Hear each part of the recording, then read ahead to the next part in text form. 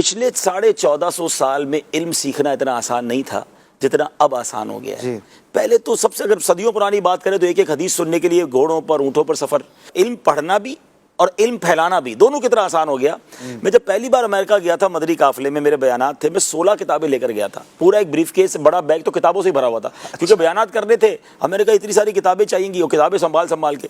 اب تو جناب یہ اگر کوئی بھی آپ کے پاس موبائل انسٹرومنٹ ہے یا کوئی آپ کے پاس گیجٹ ہے، ساری لائبریری آپ کے ساتھ ہے، وہ اٹھائیں اور چلیں بھائی پوری لائبریری ساتھ لے. ابھی نہیں ہے کتاب تو فوراً سرچ کریں، ڈاؤن لوڈ کر لیں. اچھا پھر اس کے بعد دعوت اسلامی والوں نے تو اور کمال کر دیا نا. ایک تو جگہ جگہ گلی گلی مدرسے، اسلامی بہنوں کے الگ، اسلامی بھائیوں کے الگ. پھر جناب آن لائن مدرسہ بنا دیا، چلے بھائی گھر بیٹھے بیٹھے پڑھنا ہے، اپنی مرضی کے ٹائم کے مطابق پڑھ لیں. پھر آگے جائیں تو ویب سائٹ بنا دی، دنیا کی 40-45 زبانوں میں ٹرانسلیشن کر دیا کتابوں کا، اور وہ ساری کتابیں فری. بھائی دنیا کی بہت ساری ویب سائٹس ہیں جہاں ہزاروں روپے کی کتابیں سینکڑوں روپے میں ڈاؤن لوڈ کرنی پڑتی ہیں، فری نہیں ہوتی. دعوت اسلامی والے لاکھوں کروڑوں کی کتابیں ڈال چکے ہیں اس کے اندر اور ساری فری ہیں، ساری ڈاؤن لوڈ کر لیں. اچھا پھر اپلیکیشنز بنا دی قرآن. اب پھر آڈیو بکس، یہ اتنی بڑی مطلب یہ شاید ہم میں سے کسی کو اس کا اندازہ نہیں ہے.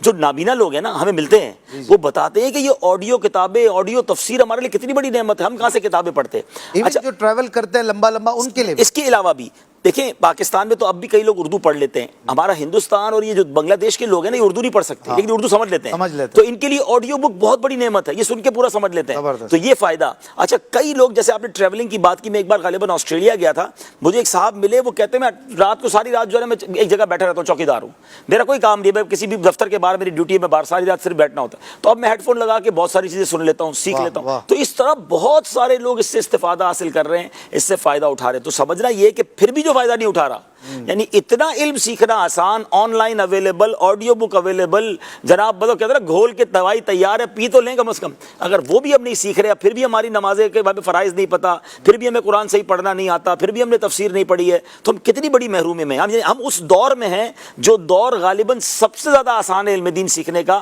ہاں ایک آخری بات اس میں کہوں گا کہ آسان ضرور ہے مگر اس میں ایک مشکل اور کھڑی ہو گئی ہے، کیونکہ جب سے یہ سوشل میڈیا اور انٹرنیٹ آیا ہے تو بہت سارے آپشنز بھی سامنے آ گئے ہیں. ہم عاشقان رسول خاندان میں پیدا ہوئے تو ہم عاشقان رسول کے مدرسے میں ہی جاتے رہے اور الحمدللہ انہی سے سیکھا. اب جب انٹرنیٹ سے رجوع کا زمانہ آیا تو بہت سارے آپشن آ گئے، بد عقیدہ لوگ بھی سامنے ہیں جن کو دین کا پتہ ہی کچھ نہیں ہے، وہ بھی دین سکھا رہے ہیں. تو اب یہاں سلیکشن بہت ضروری ہے کہ اگر میں نے دین سیکھنا ہے، علم دین حاصل کرنا ہے تو کس سے حاصل کرنا ہے. تو اس کے لیے مستند آتھنٹک اللہ کی رحمت سے دعوت اسلامی کی ویب سائٹ موجود ہے، مدنی چینل موجود ہے، بکس موجود ہیں، فیضان آن لائن اکیڈمی موجود ہے. تو ان تمام ذرائع سے آپ انشاءاللہ علم حاصل کریں، اللہ نے چاہا آتھنٹک اور سرٹیفائڈ علم دین آپ کو حاصل ہو جائے گا.